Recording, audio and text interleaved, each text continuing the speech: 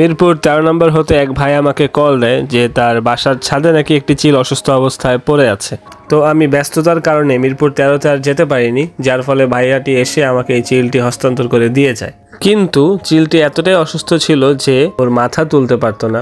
ওর যে 2 পাখা ছিল সেই পাখাগুলো ও ছেড়ে দিয়েছিল টোটালি, আর নিজের 2 পায়ে ও দাঁড়াতে পর্যন্ত পারতেছিল না।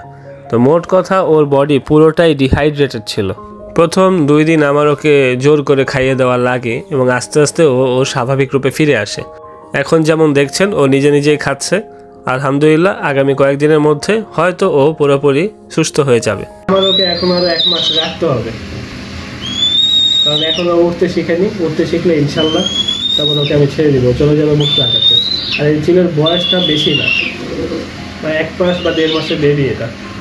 আর লেজের ব্লেডগুলো কেটে গেছে, তো এগুলো যতদিন পর্যন্ত ঠিক না হচ্ছে আমি ওকে ছাড়তে পারছি না।